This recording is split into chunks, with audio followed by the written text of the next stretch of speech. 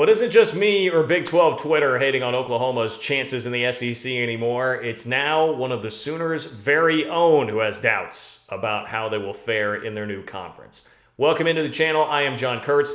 Here on this channel, I encourage you to subscribe if you're a college football fan, if you're a Big 12 fan, if you love conference realignment. We talk college football and college hoops from a Big 12 slant with plenty of conference realignment here every single week on this channel. I'm live twice a week and drop content in like this as well. Make sure to subscribe and click that bell so you know when it is that I'm going live. Today we're talking Barry Switzer. I'll be honest, not somebody I talk a whole lot about and not somebody that I really anticipated talking about today, but he had some comments that were, I won't necessarily say critical of Oklahoma, but certainly were questioning what this transition to the SEC is going to be like for the Sooners. Obviously, this coming in light of the news that Oklahoma is going to be there a year early. After the end of this upcoming athletic season, Oklahoma and Texas will head to the SEC 1 year early. And conventional wisdom would tell you Oklahoma will have the easier time adjusting than Texas based on the last couple decades of football success for the Sooners and how much more consistent they have been at competing at the highest of levels than Texas. But do you think that there is a line of thinking and a theory out there that Texas would perhaps actually be better positioned just simply because of where they're located, resources, recruiting, and a little bit more momentum based on last year at least? And maybe that could be true. You might be able to actually convince Barry Switzer of that, because here is what he told the Tulsa World, all right? Barry Switzer says, quote, "I'm concerned. I know what it'll look like. It'll look like we're playing Texas every bleeping week," which very Barry Switzer-esque to work that in. Might I suggest, Barry, though, it actually might look more like you're playing K-State every week, who's beaten you 3 out of the last 4 times that you have played, as opposed to Texas. But I get the point that he's making. It's going to be a team with the athletes and talent of Texas every single week that you're out there on the field. More from Barry Switzer. He says, "You've got to be good. I don't know if we're good enough right now. We'll have to get better on defense."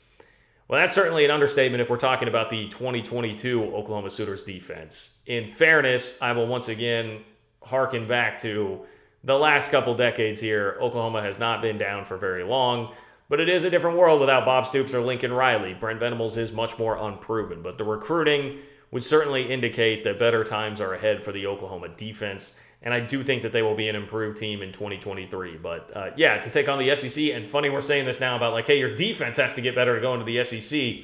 My, how times have changed since it was not cool to be great at offense back when the Big 12 started doing it. Now it's cool for the SEC to be good at offense, and everybody's worried about defense going into that league. On that side of the ball, Switzer stated Oklahoma has to recruit and develop athletes who look like Georgia and Alabama's. Quote, "It's going to be hard to do. I'm concerned. I want someone to raise their hand in a couple of years and say, I'm the one who took us to the SEC. I don't know who made the decision, how it was made, or who was involved. I think it's one of the major reasons why Lincoln left. He wasn't involved, so he got the bleep out of here." Well, I do agree with him on that. I would imagine that Lincoln Riley, I would think, surely he had to be consulted at some point in that process. I would imagine that it was a piece of why he went to USC. Right? If you think about it, I mean, he went to a place that, at least at time of him leaving, looked like it was going to be positioned in the exact same spot as Oklahoma. Just be the king of a second-tier conference, and if you take care of business, only lose 1 game a year, you're going to go to the playoff, and you'll continue to make playoff appearances, be able to get elite talent, all of those sorts of things. Now, obviously, that changes a little bit with them going to the Big Ten, but even the Big Ten is not the bear that the SEC is. It just isn't. The Big Ten, you're going to have maybe Ohio State and Michigan every year up at the top, and you're going to have so many crappy teams, you will be able to get through a schedule just fine most years in the Big Ten. In the SEC, it can get a lot dicier. So I love, there's one last quote here from Barry Switzer, and it surrounds Lincoln Riley. I love Barry Switzer just for being real here and not taking the typical very maroon colored glasses or crimson colored glasses that Oklahoma fans will take here, right? Because this is what he says about Lincoln Riley to close. He says, "People say that they don't like the way Lincoln left. How did you want him to leave? You want him to call the team together and say, hey, I'm quitting. This is my last game. Now let's go out here and play hard. You don't do that. Why is OU going to the SEC? Money. Why did Lincoln leave? Money. Boy, preach, my friend. Preach, Barry. could have used you with some of these words within the last year when we here on this channel and at Big 12 Twitter were trying to say the same things to Oklahoma fans about Lincoln leaving. So it sounds like, Barry has been just tickled with what the response has been from Oklahoma fans in light of Lincoln Riley leaving. No bad looks there at all, Sooner fans. We'll see what happens. I got to be honest, I am almost starting to lean these days more toward Texas will have more success in the SEC than Oklahoma.